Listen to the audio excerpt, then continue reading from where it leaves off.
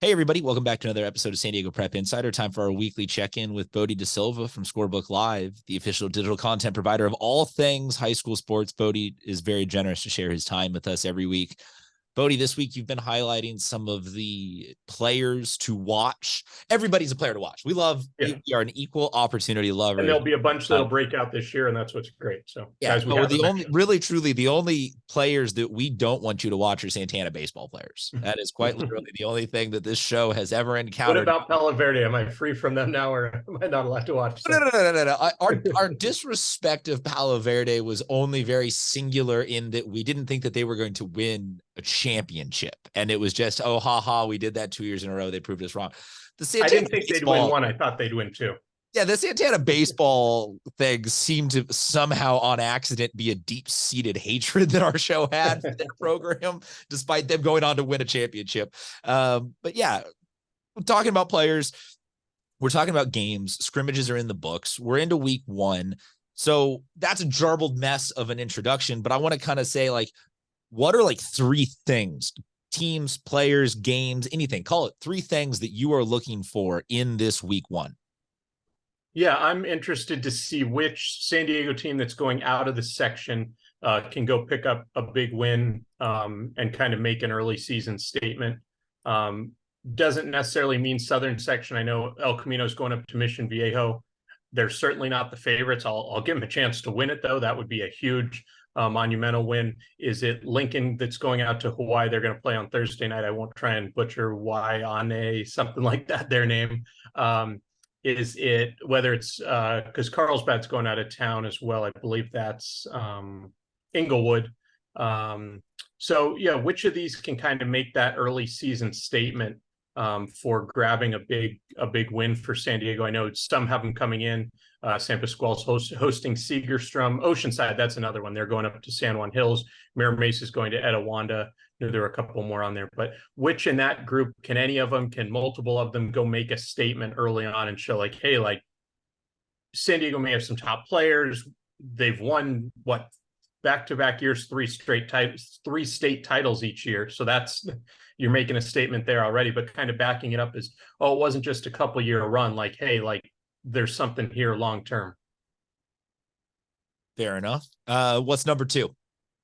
Number two, I would say, would be the quarterback play. Something where so many of them are committed already. I believe we have 4, possibly 5, including Achille Jr. in the that junior class as well. But I think across the county, there's a lot of returners, not just committed guys, whether it's someone who started as a freshman, started as a sophomore, has that experience. That is kind of ready to lead that team. Whenever I'm going through team rankings, the preseason stuff is really tough, but I always like to see who's this returning quarterback, how many games do they have under that system, hopefully the same coaching staff, and just being ready for what's to come, because nothing can prepare you like actual game reps. And I think that's really true. Ain't that the truth?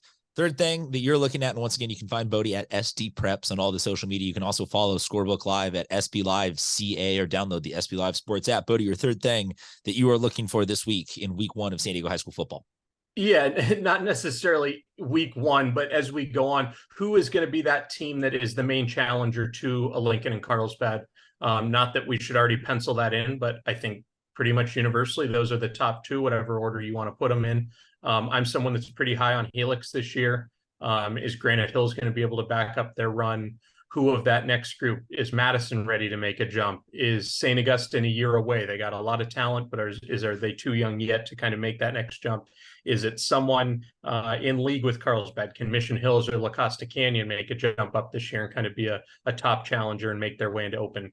Poway, like we saw last year, the schedule wasn't top tier, but they ran through. They needed what they did what they needed to do. They got into open. It went how kind of a lot of people expect against a really good Carlsbad team. But who's that team that kind of comes up and surprises us this year outside of maybe the top 4 or 5 to begin with?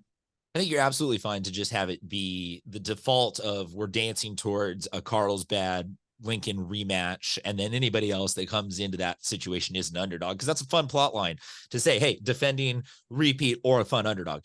Yeah. I want to hit you with my 3 things that I'm looking for in week one and see what, if any, reaction you have to any of it. Number one being head coaching turnover was massive in this offseason, maybe the biggest that we have seen collectively on the 5-ish years that we've been kind of hovering around this sport. And also young turnover. We've got just people like Anthony Lawrence, young generations, people under the age of 35 taking over. Verlaine Batafe's out at Mount Miguel. There's new coaches at Oceanside. You know, you start going down the list and you're Escondido. like Escondido. There's like legitimate turnover this year. And I have honestly no way of really knowing, like, how quick does this turnaround happen? Like, is some of this that people are just going to find, like, the talent was there, it just needed a new coach? Some of it's going to be like, hey, this is going to take them 3 or 4 years of like the normal growing pains. Someone's going to find lightning in a bottle this year and like kind of just recapture it. And I think of all of those, maybe Grossmont's the one I'm like, Grossmont and Oceanside are probably the two that I'm most keenly dialed in on, just because Oceanside's like blue blood historical, and Grossmont, they're down in D2, but they are very much a D1 sized school. And despite the fact that they haven't beat Helix for the Musket in a lifetime and a half, they're still a competitive D1 school in terms of the student base that's there. And I think Oceanside, with dropping out of the Avocado League, now I believe being in the Valley League, will give them an opportunity to kind of build back up with what they need to do. It's not you schedule, and they're non-conference. We just talked about in the other video, San Juan Hills, or it was in this as well. San Juan Hills is a really tough opponent, loaded up early on, but you've got Oceanside that now doesn't have to go worry about Carlsbad later on, or El Camino, or whatever those may be, of like, we gotta somehow compete in league from the beginning. I laugh not at your take on Oceanside football, but just at the last week, I interrupted your Scorebook Live video with the take on Route to Montebello Boulevou. And this week you're going, wait, have we talked about that yet or not? Whoa, too much content. Bodie and I both work for 2 companies, or Bodie works for one, I work for 2. No, it doesn't make any sense. All right. Yeah. Oceanside and Grossmont are maybe, like, you're right, the 2 that I'm most keenly interested on. Number 2, I am watching Del Norte. Del Norte is another one that has a head coaching turnover. I'm watching Del Norte specifically with Ty Olson. And like, we've seen this before with Menai Hazlitt, like the good skill position player that Del Norte has, they come out the gate red hot, and then they run into a buzzsaw later in the season. I feel like this can be the Del Norte team finally that like breaks through this year. But to start off the season with Torrey Pines is also like not a tomato can. So I'm like, that's going to be a really good litmus test for what I think can be an elite Del Norte team. Your thoughts on your alma mater's week 1 opening? No, I agree there. I mean, Ty Olson made my preseason all-section team. Looking at the numbers he put up as a sophomore, and to think all that time he's had to get better, still 2 seasons left. I mean, this is a clear-cut Division I receiver that is going to put up huge numbers. Once again, he's got another guy returning quarterback with him, so there's a lot of continuity there, and they're comfortable throwing and catching there with each other. So I think it's a huge opportunity for Del Norte to get that game at home, and I agree. I think if they can get by there, I think that's a team that can really make some big noise this year. Also, I misspoke earlier saying that Grossmont was in Division II. They are in Division III. My apologies. That is part of why, like, yeah, I got to do a read up on the divisions when you follow the 3 sports. Yeah, but Grossmont down in D3 is part of why, like, I am really like, I'm hyped on their ability for Coach Lawrence to grab some lightning in a bottle. The third thing that I'm looking at is that actual, like, is Division III, and of all, and you maybe have no reaction to this because of you haven't gotten up to speed on everything and all the turnover. Of all the divisions, the most change happened in D3.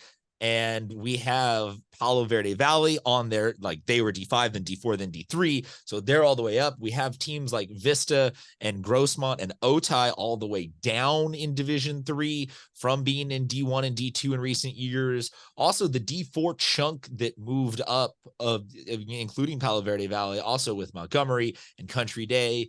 Like, it's going to be an eclectic mix, both in terms of the teams that are involved, but also in terms of like the schedules that they are going to go off and play. And it's going to be, you know, Santa Fe Christian has Bishops and like tough opponents like that. And San Diego's playing up, but Palo Verde's playing down, and Montgomery's playing league schedules that it's a little like, it's going to be to me just the most interesting one that like it already, not, I'm going to say that they're already are like must win games, but it feels like for some of these Division III teams, there's a couple of ones where I'm like, I'm looking at every one of those games as like, oh man, if they win that, that's huge 5 or 7 weeks later. And so I'm looking out like, who can maybe in this D3 race sneak out the gate with like 1 or 2 really sneaky, huge wins that you end up looking later in the season where you're like, man, they avoided having to go on the road in the playoffs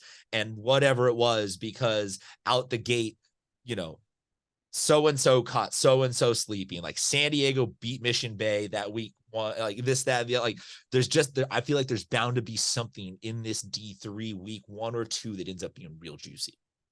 Yeah, I think the game I would look at there, and it's a game I'm going to be planning to be at on Friday night, is Santa Fe Christian hosting Central. Exactly. And with Central being, they're the 3rd ranked team in Division II, like, is that one, can Santa Fe Christian get that big early win that kind of carries them as they go later on? Because we know league stuff. I mean, those teams are all familiar with each other, but it seems every year it kind of passes on to who's got the strong group this year. And there's never going in, you're like, oh, no one can beat this group this year. So can Santa Fe get that early win against Central, a Central team that I would think would be the favorite in that league once they return home after the non-conference that will hold up later on? Yeah, a Central that you could argue is one of the like they are the top ranked. They are a top ranked D2 team this year. So that's exactly where I'm saying. And I'm glad that in my filibustering and talking that you looked up a matchup relevant to what I was talking about. That's well, it happens to be what I'm going to be at. So that's the game you're going to be at on. Are you going to do a Thursday, Friday, Saturday game? What can that's the plan coverage wise from SD Preps and SBLive California this season? Yeah, the plan Thursday will be University City visiting La Costa Canyon. That's what I'm interested in. I know University City's had tough time with losing 3 of the better guys transferring out. That's sometimes how it works. A La Costa Canyon team that I'm pretty high on this year. They got a lot of senior leaders. I think the offensive group is going to be really good. So that'll be Thursday night. Then Friday night, Santa Fe Christian hosting Central. That game will be at Torrey Pines because Santa Fe doesn't play or have lights, obviously. So sometimes they'll rent out an open field. And so really looking to see Central too. They got Jared Martin, the junior linebacker, who's got offers from USC, Penn State, and others. And then Saturday night, top 10 matchup, Mission Hills visiting Granite Hills. So that's everyone wants that Mission Hills Granite Hills action on Saturday. Yeah, the Battle of the Hills. I'm not going to say take what Bodie just did, put it into a 3-game parlay and find a guy, but take what Bodie just said, put it into a 3-game parlay and find a guy. Like we said, you can find him SD Preps or SBLive CA. Bodie, thank you very much for tuning in, and go give him a follow, support everything they are doing on Friday nights, Thursday, Friday, Saturday, all the nights. SBLive is the mothership, and we love them. The intern says hi, Bodie, and hopes you get in here soon. We'll talk to you guys later.